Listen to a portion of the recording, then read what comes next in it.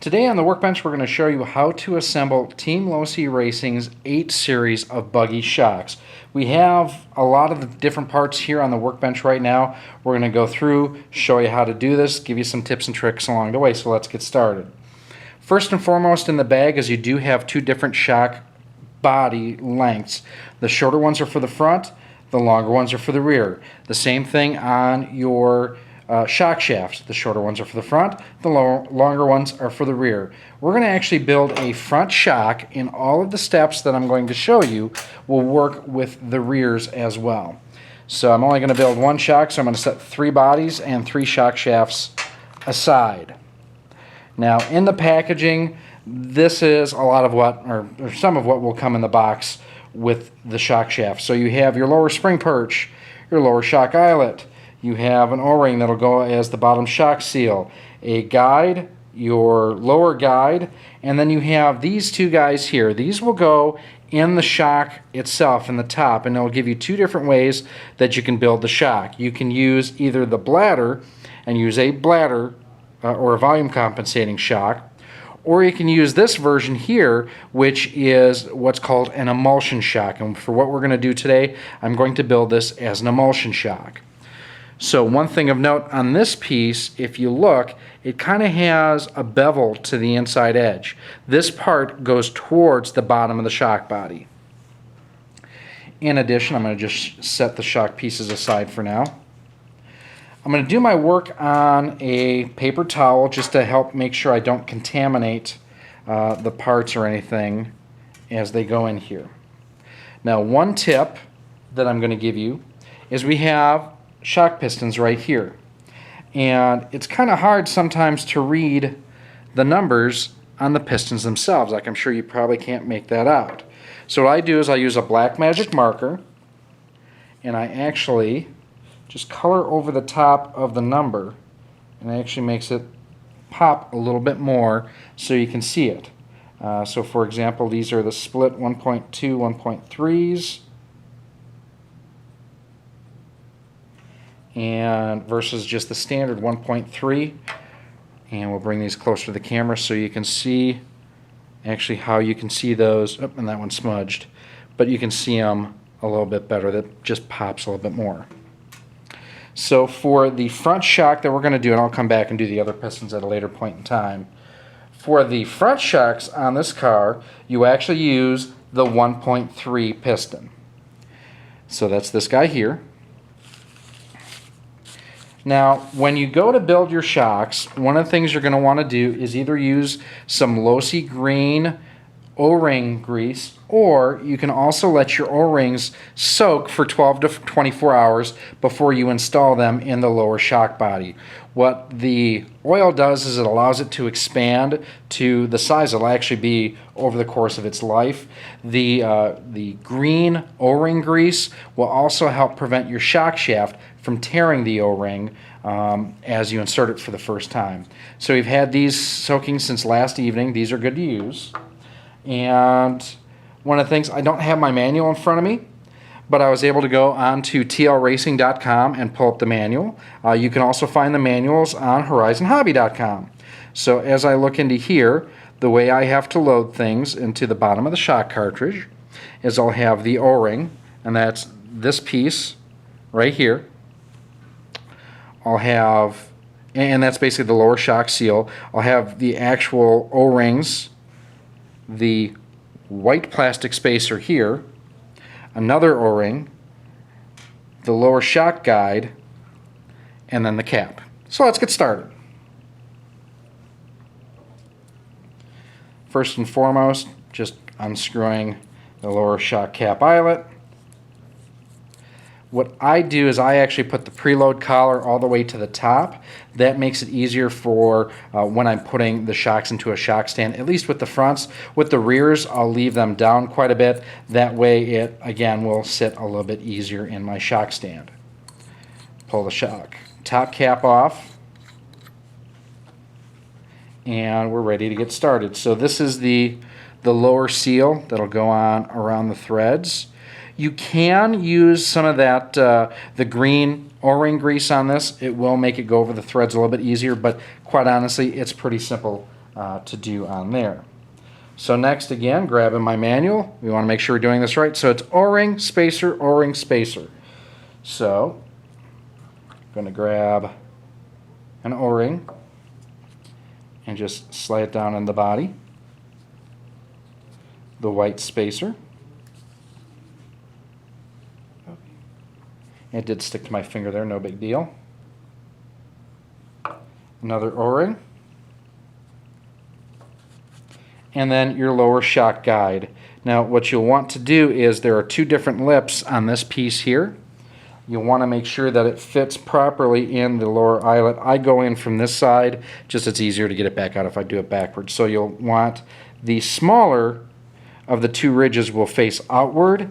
The other end, this lip here, will actually fit perfectly on the inside of your shock body.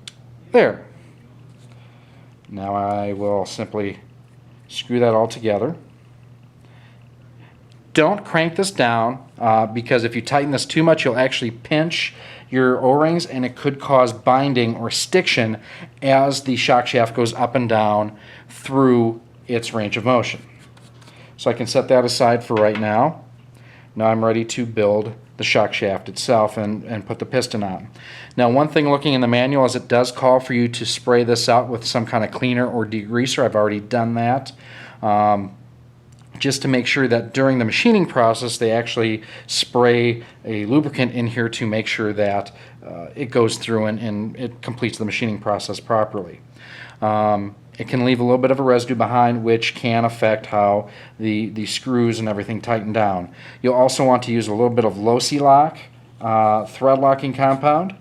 Now for this, you just put the piston right over the top and then thread the screw on the top. And while the Loci A-scale kits are all metric, this is the one screw on the car, actually one of two screws on the car, that are actually standard.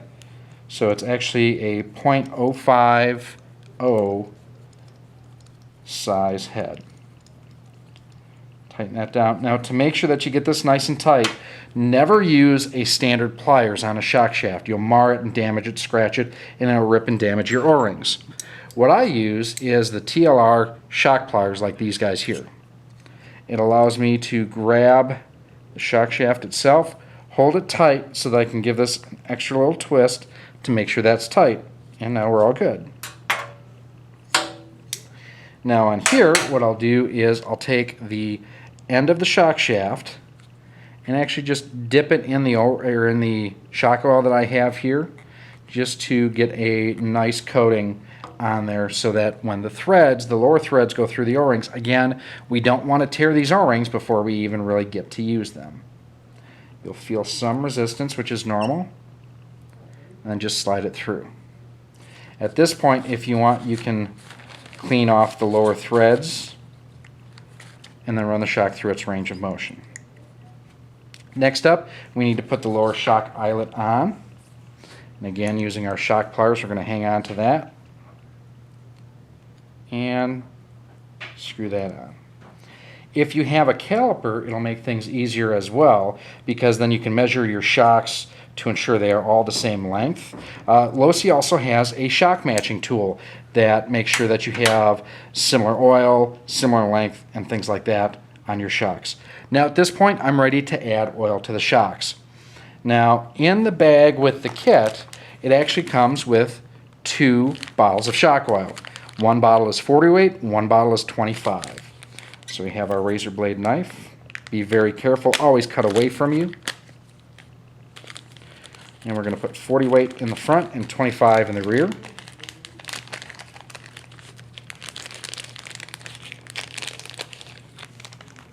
Now before you do this the first time, you'll have to nip the tip on the edge here, or on the end of the bottle, just to make sure that you can utilize it. There we go, and as you saw, a little bit came out. Now this is, in addition to the shock pliers, another tool I find extremely helpful when building shocks is the Loci car stand. And the reason for that, it actually has 4 holes here that I can put my shocks in and let them sit while I build other ones, and I'll show you why in a few moments. So when I fill a shock, what I do is I fill it at a slight angle, and I'll fill it about 2/3 of the way up, so like that, and I'll stop. And the reason why I do this is I'll bring the shock shaft up a little bit and then back down, and what this does is it gets out any air bubbles that is trapped underneath the piston. I'll do that several times. From here, fill it the rest of the way until the oil is even with the top part of the shock body. Since we are building these as emulsion shocks, we want to use this seal here, and while you can try to put it on top of the shock and then screw the cap on, what I find is easier is to actually lay it into the shock or shock cap itself and use your fingernail to get it in place.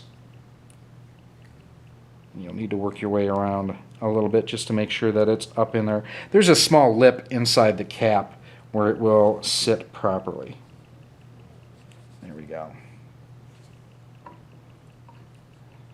Now we can take the cap and put it on the shock body itself.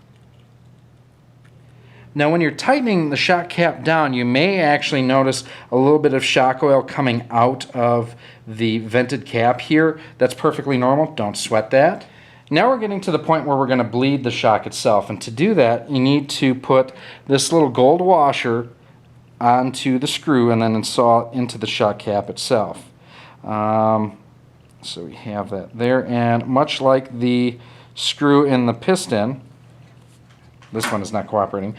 Much like the screw in the piston, this is a .050 SAE standard size screw, so that's what I'm using here. So I have that ready to go. Now I need to bleed the shock. To do that, I hold it at a slight angle as you see it here, and I run the shock through its range of motion just up, and I should get a little bit of shock oil to come through. Once that's all the way bottomed out, I put the screw in there. Don't go gorilla on this, just tighten it down enough to make sure that it's not going to come out. Wipe the oil off of the cap, pull it down, and if you built it right, you'll actually notice that the shock shaft gets sucked up a little bit. So now at this point you can see that it draws the shock shaft up into the body a little bit. If you want, you can clear that out a little bit by running the shock through its range of motion. I normally do this about 10 to 15 times.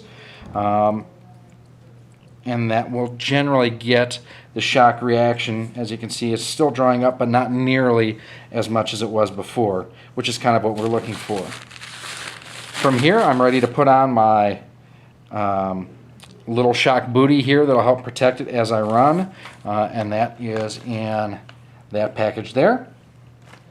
Put on the appropriate spring, the lower shock perch, and mount this to the chassis. So in a nutshell, that's how you go ahead and build the shocks for the Losi series of 1/8 scale buggies and trucks. It's the same thing for the rear, it's just a longer body, longer shock shaft. Go ahead, get this mounted in your car, and go have some fun.